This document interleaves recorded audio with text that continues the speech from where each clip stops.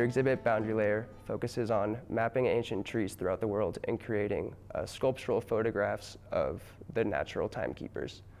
Was there any specific location where you found yourself enjoying it the most, or was there any specific location where you created the most molds and digital scans?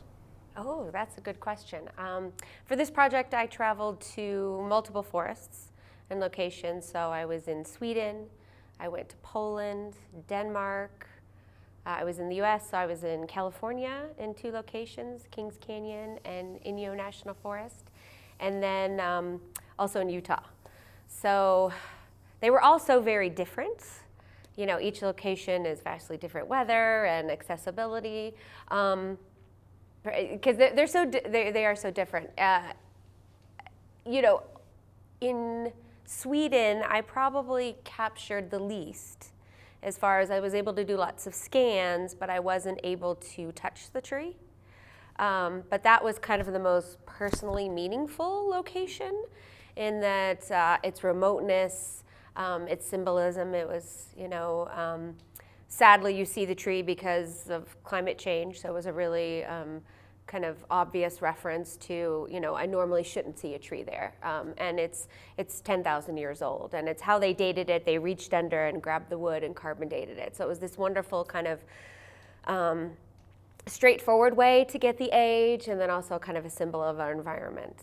Where I probably was able to do the most kind of physical capture was in the US, so in Kings Canyon National Forest. So I was able to go out there and hike with clay and go to the hotel and pour plaster there and scan. And so I was there for a period of time, and just the ease of not being in a foreign country and having to fly and, you know, having all the tools at hand. So I was able to get probably the most physical evidence, but it didn't, for whatever reason, it just didn't stick in my heart as much as some of the other locations.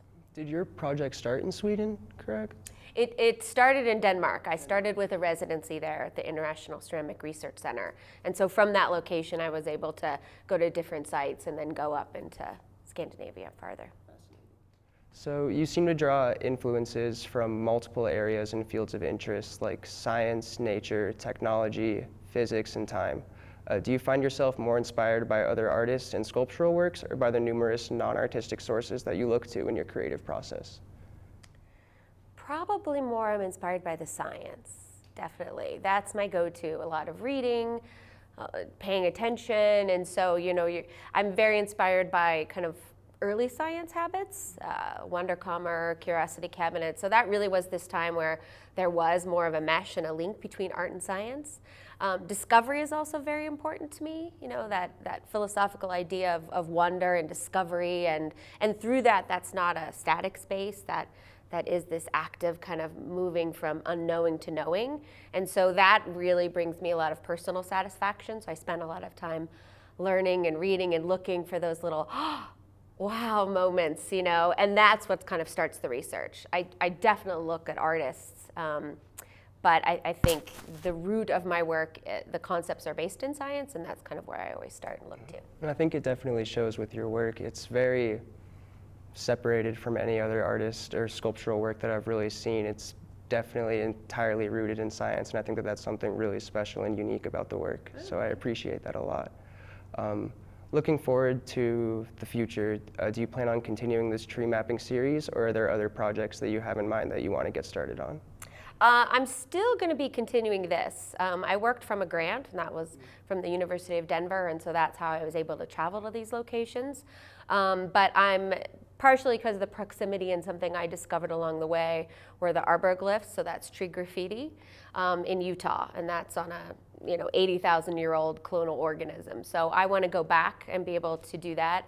I'm doing a residency in Svalbard, which is an archipelago of Norway this summer. And so I'll be back in Scandinavia again, so I'm hoping to go back to one of the sites. I'm still deciding where I can spend those 2 days, which site to go to, but I want to go back. And so, I have a lot of data and a lot of information from this, and so, in the period of time that I was working, I didn't get to all of it yet. Especially, I just went to Poland in September, And so that I was going for the whole forest. It's a primeval ancient forest. And so this piece kind of came out of that, but there's still a lot more work to do. So I'll definitely be continuing that, but then also overlapping with the reason I'm going this summer to Svalbard is to work on ice. And so they kind of parallel each other, at least conceptually, recorders of time. So I'll be starting that project and continuing this. But I think the trees were always present in my work, my early work. And so I think this is kind of something that I won't just end and keep going. This will be a thread that, I'll work on for 5-10 years even. I mean, you'll always have content to keep working with. Yeah, and it's more abstract. The content, definitely I'm interested in not just illustrating, but kind of working with that content in a kind of multifaceted conceptual way, so I can keep working with that. Could you tell me about your process that goes behind creating these sculptures? So I'm working out in the field first, that's the starting point, and I'm using a technique called photogrammetry, which is a photo-based 3D scanning technique. So I'm going around and taking, 100, 200, 300 pictures, lots of overlapping, and then I work with a software back at home. I'm also taking molds out in the field directly with clay and translating them into rubber molds that I can use over and over. Back in the studio, I'm working with the photogrammetric scans, taking away all the imagery and then just working with that mesh, that three-dimensional model. And so the output then, getting it from the computer into the real world, I'm using 3D printing. And so I use kind of two main things, ceramic 3D printing, which is a paste. And so it's a 3D printer that we built.